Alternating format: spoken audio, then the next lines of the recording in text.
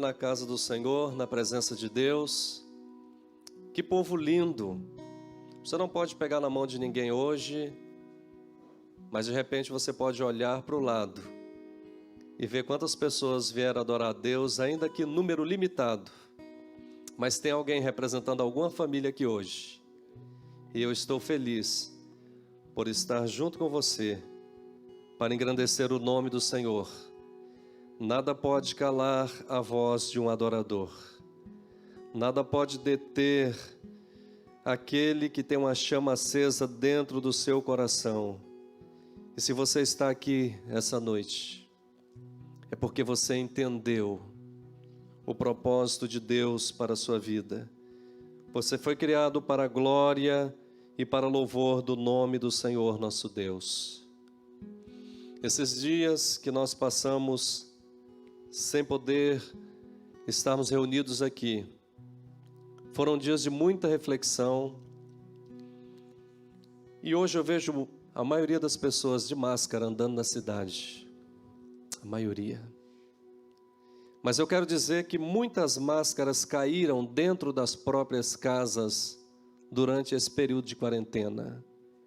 Muitas coisas foram reveladas e muitas famílias viveram momentos difíceis, mas aprenderam também a superar as dificuldades. E hoje você está aqui como um vencedor, porque o Senhor te chamou para ser vencedor. Eu quero falar sobre a vida de um homem, de um apóstolo, e quero trazer uma palavra baseada em Atos, capítulo de número 18, e versículo 9 a 11. Atos dos Apóstolos, capítulo 18, versículo 9 a 11. A palavra de Deus diz assim: certa noite o Senhor falou em visão a Paulo: não tenhas medo, continue falando e não fique calado, pois eu estou com você, e ninguém vai lhe fazer mal ou ferir, porque tenho muita gente nesta cidade. Assim Paulo ficou ali durante 1 ano e meio, ensinando-lhes a palavra de Deus. Que coisa linda é quando nós entendemos a nossa missão na terra, de sermos transmissores das boas novas de salvação. Fales e não te cales. O Senhor aparece a Paulo, que enfrentava muitas perseguições. Quando ele pregava o Evangelho, ele se deparava com vários tipos de pessoas, pessoas céticas, que não compreendiam a verdade do Evangelho, ou que acreditavam em coisas diferentes do que ele pregava. O livro de Atos dos Apóstolos é um livro que ele trata de um assunto tremendo desde o início da igreja, os seus primeiros passos, a formação dessa igreja, como ela começou, a chama que ardia no coração dos irmãos na igreja primitiva. O livro de Atos revela que a igreja não pode crescer se o Espírito Santo não estiver atuando no meio dela. O que faz a igreja crescer é a presença do Espírito Santo. O que faz um crente estar animado é a presença do Espírito Santo. Você pode ter tudo que a terra pode oferecer, mas se você não tiver a presença do Espírito Santo, a sua vida não terá sentido. Você sentirá um vazio profundo. Quando Lucas escreve Atos dos Apóstolos, ele escreve endereçado a um homem chamado Teófilo. Era um homem rico, era um homem importante, que exercia uma posição entre os romanos. Mas apesar da sua posição, quando nós olhamos para o significado do nome desse homem, significa aquele a quem Deus ama. Teófilo significa aquele a quem Deus ama. Quantos se sentem amados por Deus aqui nessa noite? A Bíblia diz que o seu amor é tão grande. O seu amor é profundo, nós não conseguimos mensurar o amor de Deus. Mas a prova que deixa clara o amor infinito e insondável de Deus está em João 3,16. Porque Deus amou o mundo de tal maneira que deu o seu Filho unigênito, para que todo aquele que nele crer não pereça, mas tenha a vida eterna. Porque Deus enviou seu Filho ao mundo, não para condená-lo, mas para que o mundo fosse salvo por ele. Quem nele crer não é condenado, porque crê no nome do unigênito Filho de Deus. A Bíblia diz que a luz veio ao mundo, mas os homens amaram mais as trevas do que a luz, porque as suas obras eram más. Mas houve um homem enviado por Deus, cujo nome era João, e ele veio para que testificasse da luz, a fim de que todos aqueles que crescem recebessem essa luz na sua vida.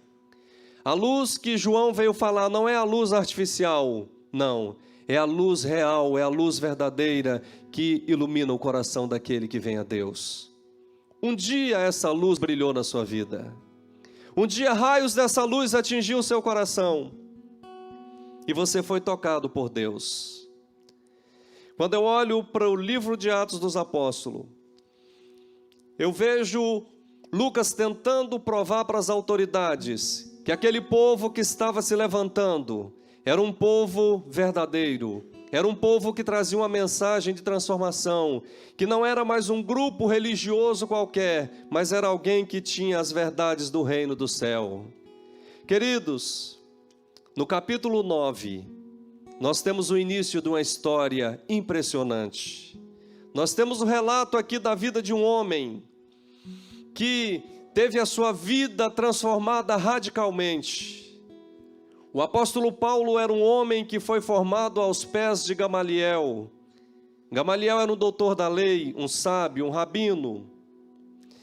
E Paulo aprende naquela escola todo o conhecimento humano que ele poderia receber, ele recebe aos pés de Gamaliel.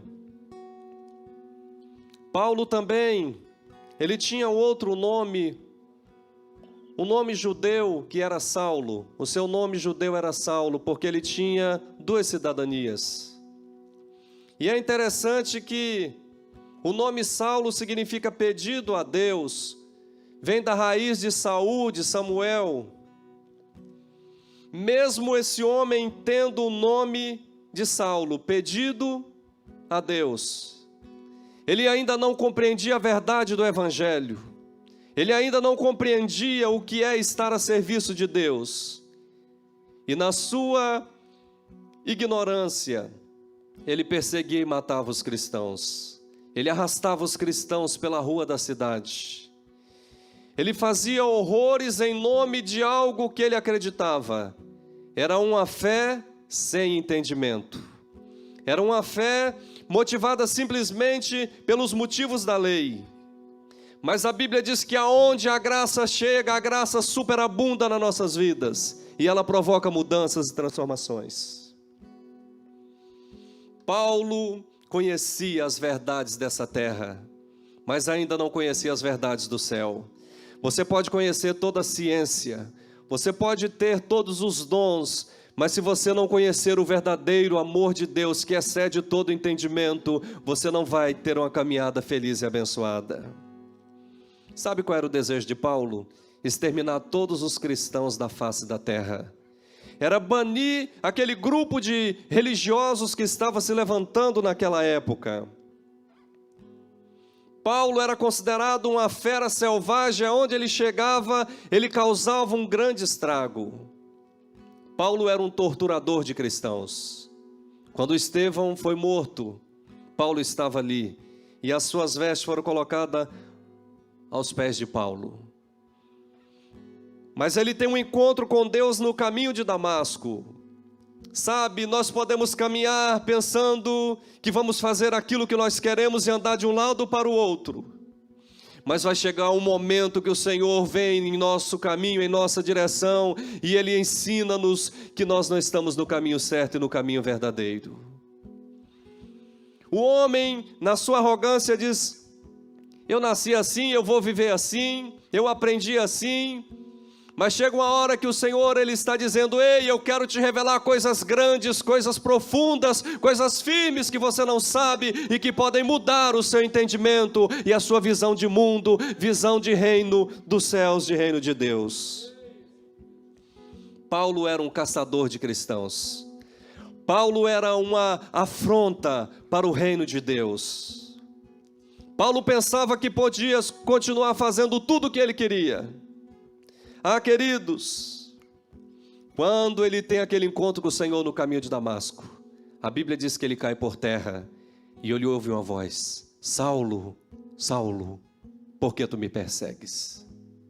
E ele procura, e ele diz: Senhor, eu não tenho perseguido a ti, eu tenho perseguido os cristãos que estão por aí. E Jesus diz: quando você persegue um desses pequeninos, a mim me persegue. Duro é para ti recalcitar contra os agrilhões. Paulo fica cego durante 3 dias. Ele não consegue ver as pessoas, ele não consegue se alimentar, ele não consegue ter uma direção, porque quando o resplendor da glória de Cristo atinge as nossas vidas, todas as nossas ideologias caem por terra, tudo aquilo que nós pensamos cai por terra, e a vontade do Senhor prevalece. E aquele homem agora se rende diante da majestade do Senhor. E ele ouve uma voz dizendo: Saulo, vai à rua chamada direita, e lá você vai ter a sua vida transformada. E ele está ali. Existia um discípulo chamado Ananias que estava em casa orando também. Oh, queridos, o poder da oração pode influenciar gerações e pode mudar a história. Aquele homem estava orando, de repente ele teve uma revelação e disse: olha, existe uma pessoa em determinado endereço e eu quero que você vá lá, porque eu quero mudar a vida desse homem. E quando Ananias fica sabendo que era o torturador, que era o perseguidor de igreja, que era aquele que afrontava, que arrastava crentes pelas ruas da cidade, ele disse: não, Senhor, eu não vou, eu não posso ir. Esse homem tem autoridade para prender e matar os cristãos. Talvez na sua mente ele pudesse pensar: e se ele estiver fingindo? Como é que eu vou me sair dessa? Mas ele obedece à ordem do Senhor e ele vai. E quando ele chega, anuncia o evangelho a esse homem valente, a esse homem chamado Saulo, que tinha poder, que tinha autoridade, que fazia e que pensava que podia exterminar os cristãos da face da terra. Quando ele prega o evangelho, a Bíblia diz que escamas caem dos olhos de Paulo, e ele consegue enxergar agora, ele consegue ver a luz, e ele é cheio da presença do Espírito Santo, a sua vida é transformada, e agora ele deixa de ser o Saulo perseguidor, e passa a ser o Paulo, o menor, o pequeno, o insignificante. Ele deixa de ser aquele que ele pensava que era e passa a ser aquele para o qual ele foi chamado. Sabe, quando Deus nos chama, Ele muda a nossa vida. Talvez você não aceite muitas coisas que acontecem com você. Talvez você diga: se não for do meu jeito, não dá. Se não for do meu jeito, não funciona. Mas não é do seu jeito. Não é como você quer, é como Ele quer. Ele é Senhor sobre todas as coisas. A última palavra vem dEle. A Bíblia diz que um dia todo joelho vai se dobrar e toda língua vai confessar que Ele é Senhor, para a glória de Deus Pai. Toda língua, todo joelho vai se dobrar diante dEle.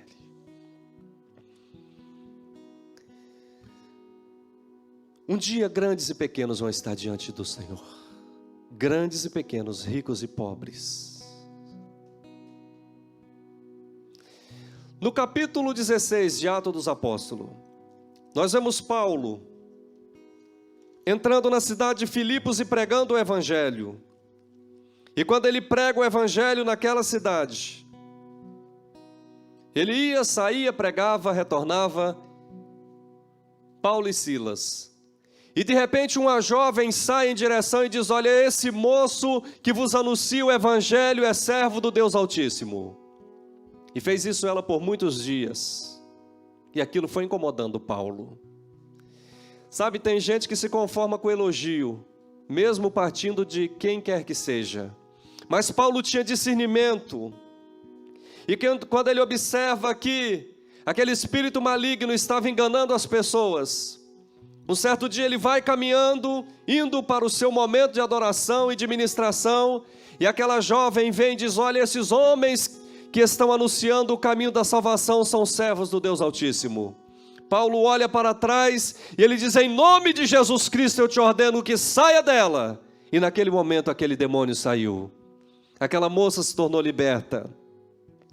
Só que existia um grande problema, que quando aquela moça adivinhava, ela dava grande lucro a algumas pessoas daquela cidade. Mandaram prender Paulo, açoitaram Paulo de uma forma tremenda.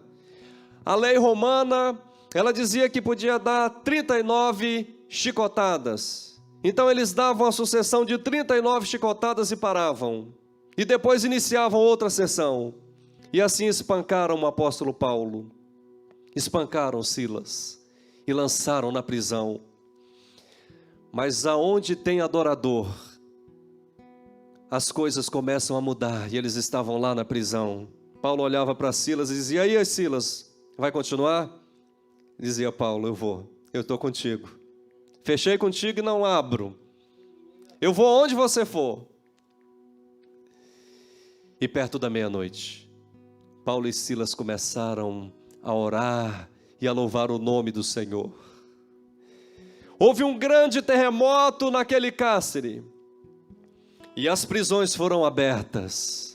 O louvor liberta, o louvor transforma, o louvor muda ambientes. Quando nós começamos a adorar o nome do Senhor, cadeias caem por terra. Sabe, aqueles momentos de angústia, aqueles momentos de aflição, que você está cercado por problemas, cercados por dificuldade, que você não vê uma saída, abra a tua boca e comece a adorar o nome do Senhor, porque essas prisões vão cair, e o Senhor vai ser exaltado através da sua vida.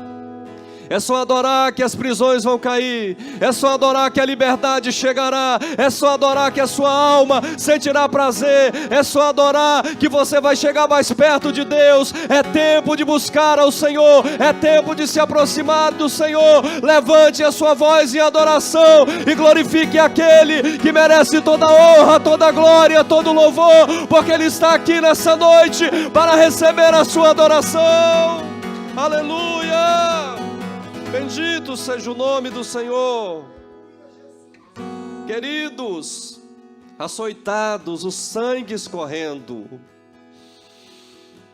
mas não estavam amordaçados. Eles podiam adorar, os seus pés presos no tronco, mas a sua voz estava livre. Ei, quem disse que na quarentena você não pode adorar? Quem disse que na quarentena você não pode glorificar? Ah, queridos, é o maior momento em que você está cercado por muitos problemas. É você levantar a sua voz para o céu e dizer: Senhor, eu te louvo, eu te adoro, eu te glorifico, porque eu estou preso aqui dentro de casa, mas a minha voz vai chegar ao trono da tua graça, porque eu sou um adorador. Aleluia. Oh, Espírito de Deus, que o teu nome cresça, enche. Oh, aleluia. Você pode adorar nessa noite, você pode adorar, só os que podem adore. Você está livre. Jesus Cristo nos libertou, o seu sangue nos comprou, nos purificou. Não existe algema te prendendo, não existe nada te amordaçando. Adore o nome do Senhor. Aleluia. Essa casa é sua casa, nós deixamos ela pra você. A Ele seja a glória, a Ele seja a honra para todo sempre. Eu estou sentindo que você está com vontade de adorar aí. Oh, tempo, hein? Tempo longe desse lugar de adoração. Ah, nós estávamos como o povo de Israel quando foram levados para o cativeiro e alguém dizia: canta os louvores de Sião. E eles diziam: como nós podemos cantar se nós estamos em terra estranha? Eu quero te dizer que hoje você não está em terra estranha, você está no lugar de adoração. Jerusalém é lugar de paz, é lugar de adoração, é lugar da manifestação da presença de Deus. Bendito seja o nome do Senhor Jesus. Oh, queridos, o seu corpo estava cortado pelas chicotadas, mas a sua alma estava aberta para engrandecer o nome do Senhor. Quando nós lemos o capítulo 18 do livro de Atos, nós vemos Paulo chegando à cidade de Corinto. Era uma cidade muito rica, era uma cidade que tinha 2 portos. Era uma cidade realmente muito influente, que controlava todo o comércio da época. E Paulo aproveitava oportunidades, lugares estratégicos para fazer a obra do Senhor. Essa cidade era uma cidade onde mercadores vinham, compravam, vendiam. Era uma cidade onde muitas pessoas iam para adquirir coisas materiais. Mas Paulo tinha uma incumbência de ir àquela cidade, não em busca de coisas materiais. Paulo estava em busca dos adoradores que iriam ser levantados naquele lugar. As pessoas estavam correndo só atrás das coisas materiais durante esse tempo, mas todo mundo teve que parar tudo e adorar o Senhor, e adorar a Deus.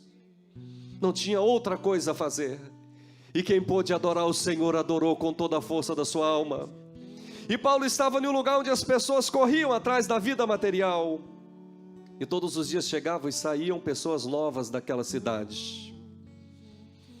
Queridos, e Paulo fica ali 1 ano e meio pregando a palavra de Deus, uma igreja levantada naquele lugar. O apóstolo Paulo tinha uma coragem tremenda. Para ele não existia desafio. Ele entendia que se Cristo estava com ele, ele poderia alcançar as nações, ele poderia alcançar o mundo da sua época pregando o evangelho, e ele assim o fez. No capítulo 17 também ele entra na cidade de Atenas para pregar a palavra do Senhor. Os desafios eram cada vez maiores. Ele entra em Atenas, e ali era a terra da sabedoria, do conhecimento, a terra de Sócrates, Platão e tantos outros filósofos e sábios. Aquela cidade era considerada o centro da arquitetura. Tudo que tinha de melhor estava ali em Atenas. Aparentemente, faltava o melhor, faltava a presença de Deus. E Paulo entra naquela cidade. Sabe o que ele vê? Ele não vê os palácios grandiosos, ele não corre atrás dos grandes centros de sabedoria. Paulo vê uma cidade entregue à idolatria e ao pecado. Paulo vê uma cidade escravizada, uma cidade oprimida, uma cidade em que pairava uma treva espiritual sem precedente. Paulo olha para aquela cidade e arde no seu coração o desejo de levantar a bandeira do evangelho e libertar aquelas vidas que estavam na escravidão. Se qualquer pessoa entrasse naquela cidade, ficaria admirado com toda a arquitetura e com as frases estampadas pelos grandes filósofos da época. Mas Paulo vê um povo que não conseguia enxergar sua miséria espiritual, que não conseguia ouvir a voz da justiça que clamava e dizia: arrependei-vos, porque é chegado o reino do céu. Ao contemplar aquela situação, Paulo chega com o propósito de manifestar as riquezas do reino de Deus, porque em Cristo estão escondidos os tesouros da sabedoria. Em Cristo está escondida a fonte da vida eterna. Ah, queridos, chegará um dia em que tudo o que nós temos vai ficar nessa terra, e nós partiremos para nos encontrar com o Senhor. Toda a sabedoria humana ficará aqui também. Todo o conceito humano ficará nessa terra. E o que queima no teu coração, a presença do Espírito Santo, ela vai te conduzir diante do Pai. Não vale a pena estar apegado a esse mundo. Para se ter uma ideia de como era a cidade de Atena e como vivia aquele povo, Plínio, um escritor da época, ele diz que existia de mais de 30.000 estátuas espalhadas por aquela cidade, para os irmãos entenderem o peso que era aquela cidade. Petrônio foi mais longe, ele disse que era mais fácil encontrar um ídolo naquela cidade do que encontrar um homem. Será que você consegue enxergar a situação espiritual da cidade que você vive? Pessoas oprimidas estão à nossa volta. Conta-se a história que um certo homem um dia saiu com a luz acesa pela cidade. E ele procurava um homem de verdade naquele lugar. Ele só ainda não havia encontrado, porque Paulo ainda não tinha chegado lá. Mas quando Paulo chegou um homem que transmitia as verdades do reino de Deus. Chegou um homem que tinha uma palavra para liberar sobre aquela cidade. E Paulo começa a olhar a cidade em primeiro lugar. E ele encontra um altar que estava escrito ao Deus desconhecido.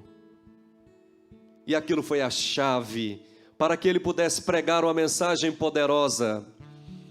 E ele disse: eu vi que vocês são muito religiosos. Vocês são um povo devoto, um povo que adora. Existem muitos altares, cada um tem os seus deuses e clamam aos seus deuses. Mas eu encontrei um altar ali, e eu quero falar sobre esse altar. Ele está escrito ao Deus desconhecido. É esse Deus que eu quero falar para vocês hoje. O Deus que criou os céus e a terra. O Deus que chamou Abraão e disse: sai da tua terra, do meio da tua parentela, e vai para o lugar que eu te mostrarei, e far-te-ei uma grande nação, e te abençoarei, engrandecerei o teu nome, e tu serás uma bênção.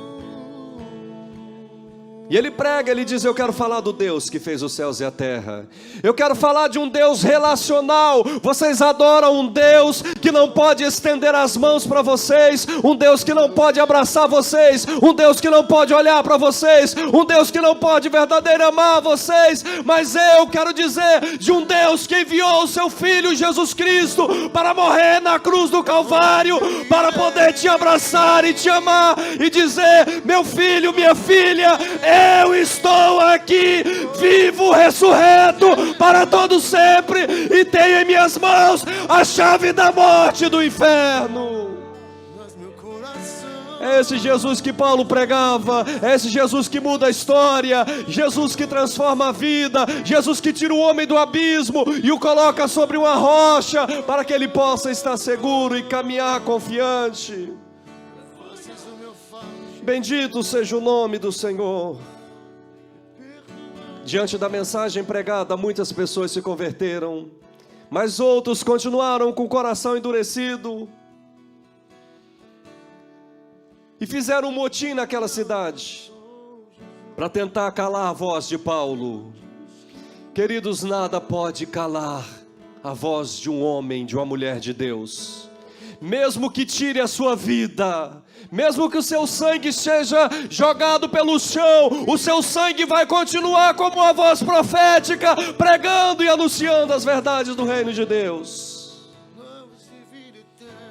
E aí Paulo estava naquele momento, e ele tem uma visão do Senhor, e o Senhor disse: Paulo, não temas, mas fale e não te cales. E eu quero trazer essa palavra ao seu coração. Não temas, mas fales e não te cales. O Senhor disse: eu estou contigo. Ninguém vai tocar em ti nessa cidade, porque eu estou contigo. A melhor companhia para se pregar e fazer a obra de Deus é a presença do próprio Deus. Tem muita gente falando sobre Deus, pregando sobre Deus, mas não tem a presença de Deus. Para pregar o evangelho verdadeiro, Deus tem que estar presente nas nossas vidas. Para que as pessoas sejam tocadas realmente pelo poder de Deus, Deus tem que estar presente em nossas vidas e se manifestar através das nossas vidas. Prega, Paulo. Ninguém vai tocar em ti. E Paulo pregou naquela cidade, anunciou o evangelho, falou das grandezas do reino de Deus. Pessoas foram libertas, pessoas foram curadas. O evangelho se propagou de uma forma tão grande que ali ficou implantada uma igreja para a glória do nome do Senhor. Mas não foi somente Paulo que enfrentou perseguição. Uma certa vez Pedro e João subiam ao templo à hora nona, a hora da oração. E à porta do templo era colocado um homem coxo desde o ventre da sua mãe. E quando eles entram ao templo, Pedro e João, aquele moço estende as mãos e diz: dai-me uma esmola. E ele disse: olha para nós. E ele olhou esperando receber alguma coisa. Pedro com João fitando os olhos nele disse: olha, nós não temos ouro, não temos prata, mas o que nós temos, isso nós te damos. Em nome de Jesus Cristo Nazareno, levanta e anda. E diz a Bíblia que aquele homem deu um salto e ficou em pé e entrou no templo exaltando, glorificando o nome do Senhor Jesus Cristo. Meus amados, a igreja pode não ter muita coisa material para oferecer, mas se ela tiver unção, a presença e a virtude do Espírito Santo, ela estará dando mais do que as pessoas precisam, porque as pessoas hoje não estão em busca de ouro, não estão em busca de prata, estão em busca de uma palavra que realmente possa mudar a sua vida, que realmente possa curar os seus corações, uma palavra que realmente possa libertar, que possa transportar do reino das trevas para o reino da sua maravilhosa luz. Você pode não ter uma cesta básica para dar para alguém, mas você tem uma riqueza insondável, uma riqueza profunda que é a palavra do Senhor. A festa estava linda, Jesus fazendo um milagre, e de repente as autoridades chamaram Pedro e João e disseram: nós queremos saber com que poder ou em nome de quem você está curando aqui, fazendo esses sinais e milagres. Pediram para ouvir a verdade. Oh, irmãos, tem gente que pede para ouvir a verdade. Você já se deparou com alguém assim? Em nome de quem que você está pregando aqui? Paulo não disse: estou em nome dessa denominação. Pedro não disse: estou em nome dessa denominação, estou em nome disso ou daquele. Ele disse: eu estou aqui em nome de Jesus Cristo, o Nazareno, aquele que vocês entregaram e que foi crucificado. Eu estou em nome desse, e é no nome dele que esses estão diante de vós, e todos vocês conhecem, sabem quem ele era, sabem o que ele é agora, e sabem quem fez esse milagre. Quando Jesus faz, não deixa dúvida que é Ele que está operando. Ei, se você está clamando por um milagre de Deus na sua vida, na sua casa, quando esse milagre acontecer, não haverá dúvida que foi o Senhor que realizou, e ninguém pode levar o crédito, é somente Ele, porque dele, por Ele, seja a honra, a glória para todo sempre. É só para Ele, não existe outro nome dado entre os homens pelo qual nós podemos clamar, é o nome de Jesus. E chamaram os dois, Pedro e João, e disseram: saiam daqui, mas não fale mais nesse nome, não pregue, não ensine nesse nome. Irmãos, fala isso para crente que está saindo da quarentena agora, para não falar do nome de Jesus, para ver o que vai acontecer. Fale para você não dizer na escola o que Jesus fez na sua vida. Tente dizer isso para você não falar no emprego o que Jesus fez nesses dias. Tente te parar. E eles disseram assim: mais importa obedecer a Deus do que aos homens. Nós não podemos parar de falar daquilo que temos visto e ouvido. A nossa mensagem é verdadeira, a nossa mensagem não é a fábula, a nossa mensagem veio do céu e veio para os vossos corações. Essa é a mensagem que liberta, queridos. Essa é a mensagem que transforma vidas. Essa é a mensagem que muda a história. Não se conforme com um evangelho que não mude a história, que não mude a vida. Se esse evangelho que você tem vivido ainda não transformou a sua vida, alguma coisa está errado. Você precisa rever os conceitos. Você precisa olhar que Bíblia que você está lendo, porque quem crê no evangelho é transformado. É transformado. Não tem como um homem ter um contato com a palavra de Deus e não ter a vida transformada. Fale e não te cales, porque eu estou contigo, e ninguém tocará em ti, e ainda que tocar em ti, será com a permissão dele, e resultará em um testemunho maior para a glória do seu nome.